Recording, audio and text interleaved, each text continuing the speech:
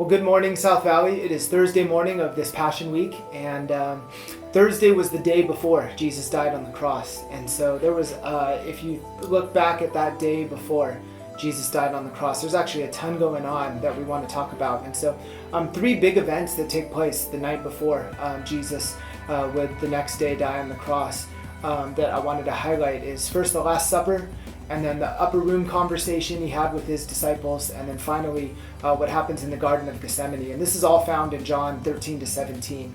But the Last Supper, you know that we celebrate communion as a church once a month, at least under normal circumstances, where we remember, we take the bread and the cup and we remember what Jesus has done for us.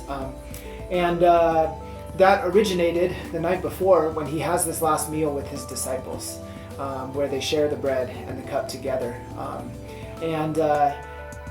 Jesus spends this last night on earth eating a meal with the men who had been following him, who he would be entrusting with his ministry going forward. And so the night before, he got to spend it with just these men who had been a huge part of his life for this time. And then it's called the upper room discourse sometimes, or that's just a fancy word for conversations. But when you read John 13 to 17, Jesus explains so much about who he is, who God the Father is, who the Holy Spirit is, when the Holy Spirit will come upon them after Jesus has resurrected and gone back up into heaven. And so Jesus gets to share with his disciples, not just share a meal with them, but he gets to share with them what's important to him and important things for the disciples to know. They just get to have a real and deep conversation. And then finally, right before Jesus is arrested, they go to the Garden of Gethsemane. And if you know the story, while the disciples fall asleep, when Jesus asks them to keep watch, Jesus is praying, and praying very intently in the garden. And so there's a lot going on in what seems like a short time span that night. And if these are all events that took place on that Thursday, there's three things that I think this could really help us consider today for what our Thursday might look like. And so those three things are our family time, our deep conversations, and then the importance of prayer.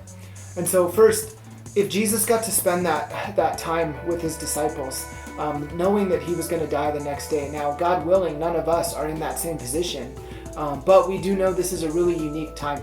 And maybe part of the blessing, maybe we don't always see it this way, but maybe part of the blessing of this shelter in place is that we get to spend more time indoors with our families. So I just want to encourage you today, one thing that you can do, make the most of your time as a family. Share a meal together. Just enjoy one another's company. See it as a blessing. And I recognize that not everyone is lucky enough to be with their family at this point in time. We certainly know that that's true for people who might be in some sort of quarantine. And if that's you, I can understand how difficult that might be. But we have the blessing of technology, and as we've learned more about Zoom and video chatting and just trying to do what we can to stay in each other's lives, find a way to spend time with people that are important to you today, because we all need that.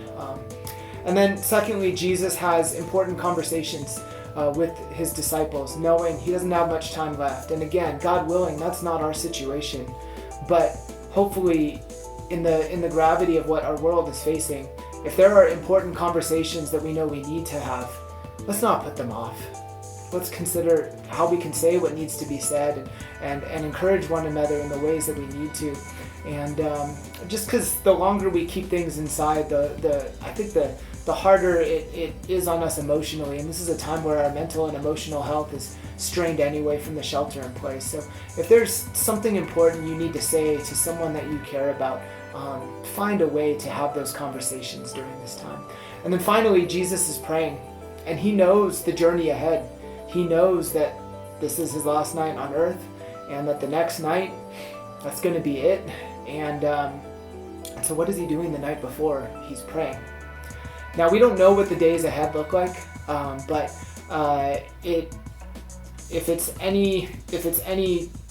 equally or any more difficult than it is, then prayer is going to be so important for our lives. So I just want to encourage you, spend some time praying as well. And hopefully that prepares us to worship God together this weekend through our Good Friday and Easter services. But that is not just about this weekend. It's about our lives, and it's about how prayer and dependence on God is going to fuel us into whatever future that this world that this world has in store for us. And so that's the Thursday. Tomorrow we'll talk about Good Friday. And we'll preview our Good Friday gathering a little bit, but I also just wanted to post the info here on this video. Please come join us tomorrow night. The Zoom info is there as we remember Good Friday and just what it means that Jesus gave his life for ours. And then we also encourage you to join us this Sunday for our Easter service, and the info is here as well. So we will see you all tomorrow morning.